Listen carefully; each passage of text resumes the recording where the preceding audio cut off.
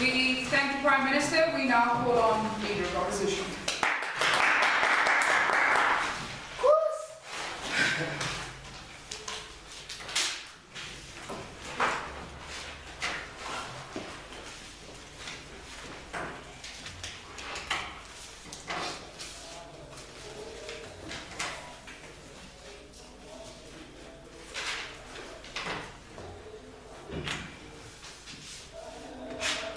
Thank you, Madam Chair, members of the House. I would want to start my presentation by asking you, who is really the enemy? Is it the country that captures these journalists? Or is the enemy the journalist that is not necessarily sent by government, but chooses to go into this war zone to report for the news stations they belong to? Who is the enemy?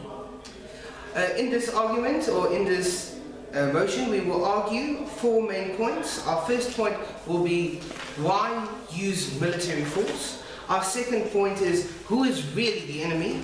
The third point will be the mass outweighs the individual. And third, action. The action of using military force will create a catalyst that will lead to loss of lives of people. But first, a point of rebuttal. Firstly, opening government stated that they need to receive the truth. They asked about your truth. My question is it really opening government's decision? Should they really decide whose truth it is? Isn't it the responsibility of the country to report the news on their own? Sit down.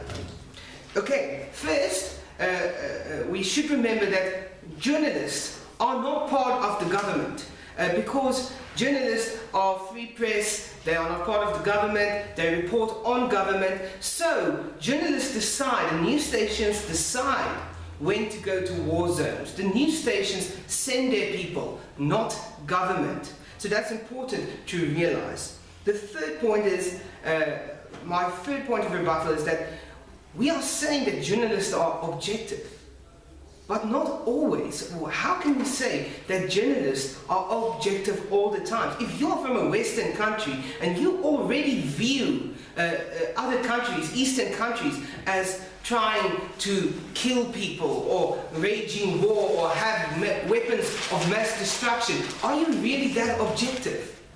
If you already have these identified notions in your head, isn't it then better to use local journalists who are really objective in the sense of this war going on?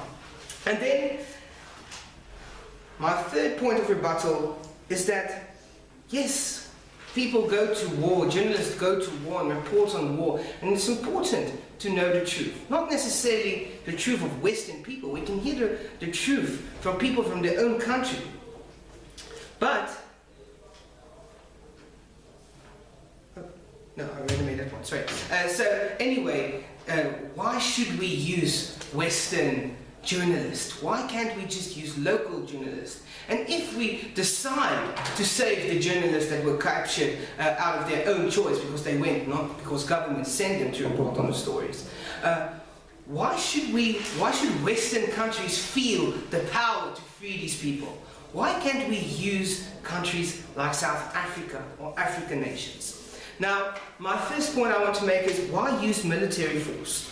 Why can't we just send a nation? Why can't we decide? Why can't Western nations use something like diplomatic reasoning? Why can't there be meetings for the people to come together? Why does your legislation or whatever you are proposing have to use military force?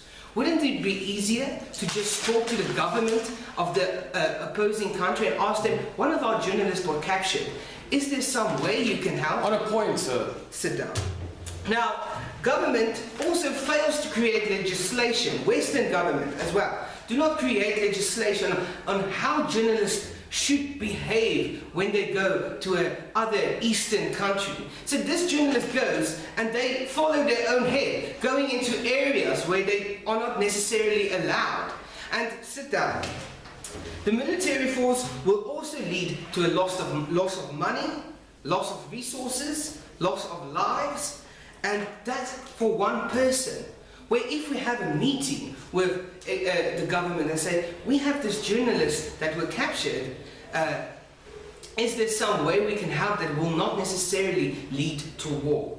Why do we have to use this brute force? Yes. Okay, so you believe that these people can sit around a meeting. Why have they not done this? Why do they abduct these journalists? Okay, I will get to that point when I talk to you about who is really the enemy. Now, also, why does Western countries think they should free the journalists? They should be the saviors. Why can't we use African countries who has a more sense of concepts like Ubuntu that is more peaceful? Concepts that are, let us talk about a person as a person through other people. So let's rather talk and understand each other instead of just following our own mind and using military force to go into the country and save the journalist. We can use a more peaceful way.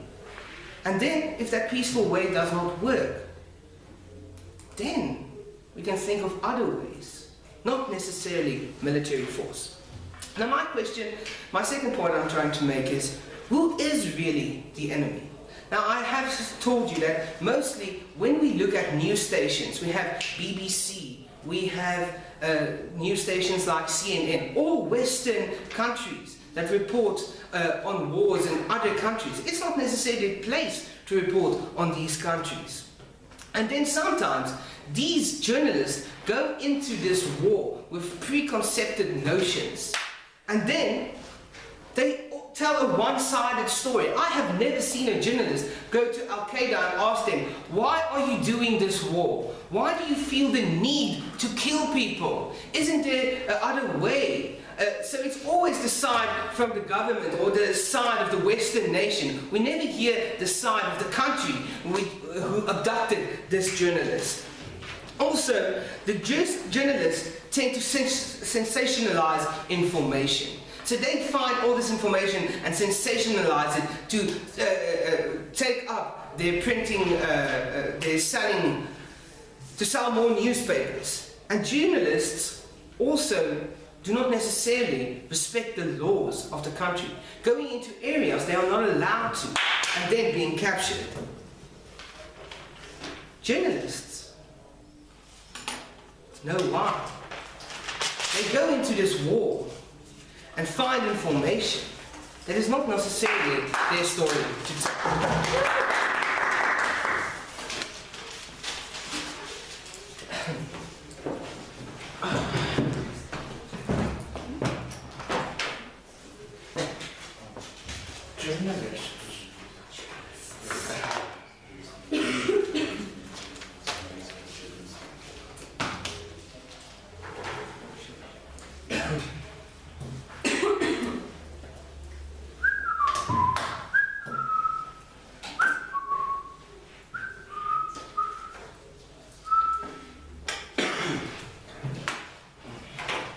We thank the Leader of Opposition. We now call on the Deputy Leader of Opposition.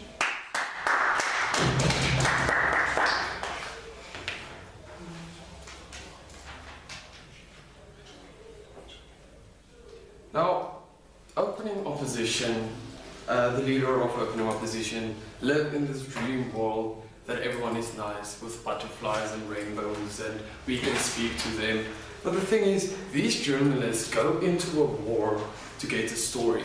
Now, what will Ubuntu do, or what effect will Ubuntu have on these countries, or speak to them to let these prisoners go? Countries like Iraq, or to Ubuntu, or like you said, Ubuntu, people like them speak to Putin, and these people, how will they be able to reason with them? Now, these journalists are individuals. But the deeds done on these journalists have an effect on the country as a whole. They represent the country or their nation they come from. They go out there to get the story for their people. They said journalists have nothing to do with the government, but this gives them more reason to be objective. This gives them a reason to say what they want to say because they have no link to the government. This will give them a reason to get a bigger story, to get bigger views from other people, from the society. And we already stated that we already tried to reason with these people. So we are not just going to send people in to rescue these journalists. We already tried other options, but it didn't work, like we said in our definition. Now, my first argument. Nations send these journalists out. Nations, these news stations, everybody. So it's their responsibility. It's the people of their countries, not just journalists, but the people of the country itself as well. On that point, Yes, sir. what do you have to say about self-employed journalists? Self-employed journalists also go out, but the thing is, they're still people of the country, and the country have to look after their people. We can't just let them go and do what they want and just don't care about them. When will this go to an end? Can they just capture all self-employed journalists and we just leave it? No, thank you. Now, some of these journalists are victims of torture. These countries and wars are not nice people. It is countries in war. Like, there was a story in 2010 where 4 journalists got tortured in Iraq for just getting their story. So, oh, we're just going to leave these people to do what they want. No, they have the right to work there. They are not there to make trouble. They are just there in a peaceful manner to get the truth. Now, we said it's not we are going in with force and we're going to start another war just to get them back. We are going to get a tactic unit that goes out in silent ways and get them back. It's not we're sending over 500,000 troops to rescue them. It's a tactic unit we send out like the United Nations always do. Now my second argument is nations as a whole. Now, Point. yes, sir. Will this tactic force trying to extract the journalists not be seen as a threat or attack by the terrorists or whoever, the government of the country? I think they already set a threat when they captured these journalists, sir. So I don't think you send out a threat, you're just rescuing your people. I don't know where rescue became a threat to other countries. And it's better to send out a tactic unit than just speaking to them and waiting and let them be tortured or killed or murdered or whatever. Let's just send in a quiet, silent unit to get our people back to our country and safe. Now, we want to do this to prevent a bigger war than it is itself. When we just leave this to go on and on and on and all these journalists from different countries get captured, now this will involve in a bigger war in the sense that other countries will start to get involved. More and more countries will start to get involved. So we as the Western nations are going to go out and just prevent this from beginning to get to a bigger thing. Now, when these journalists go out and get the stories, they give the news to the people and the people see what's happening. Now, these people put pressure on the government to end the war or whatever they read in the story. So these journalists are objective and they see the news as it is and what happens there. So these people put pressure on the government to tell them, okay, listen, you're getting out of hand. You have to stop this. So if the people know the truth, then this will stop governments also from making false promises or saying this is happening when it's not happening. So we need these journalists and we don't want them to be scared. And this goes to my third argument, the truth to society. So when these journalists are scared, there will be no stories to the people. People won't, then it won't be objective. When the journalists are captured or killed, then the governments can say what they want, when they want, and the people have no other choice than to believe it because there's no one else to tell them differently. Now, we want to provide, the journalists want to provide an overall view of what's happening, like I said earlier. Now, it's a bigger perception and the society as a whole understands it. It's objective that the truth goes out and we only want to send them out in a sense, not just for the individuals, also for the individuals, but not just for them, but for the country as a whole, because it's from a moral view, these journalists have the right to be safe and secure in their country, and when they go out, they have the right to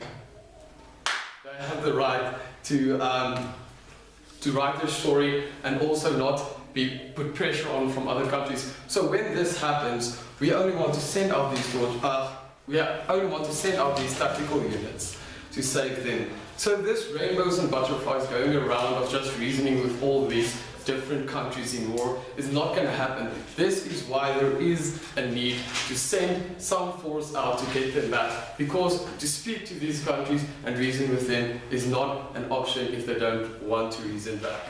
Thank you, and that is why we're proud to propose.